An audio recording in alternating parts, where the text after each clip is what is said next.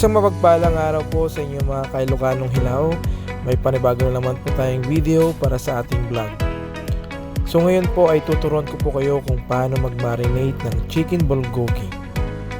So ito po ay mga sumusunod na ingredients na gagamitin po natin sa araw na ito. Soy sauce,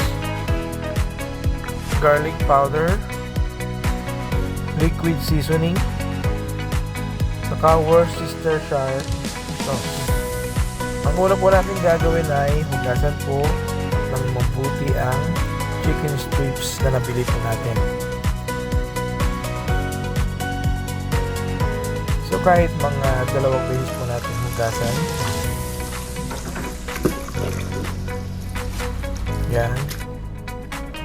Para maalis yung mga dumi nito at saka yung mga bakterya nito. Ang una po natin ilalagay ang soy sauce. Susunod yan ay Worcestershire sauce, liquid seasoning. Yan, medyo kunti lang naman po ilalagay natin.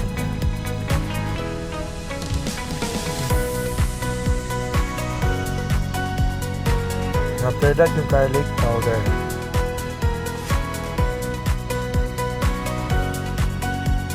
Saka hindi mawala talaga yung black pepper na yan. So, kung pabango po yan.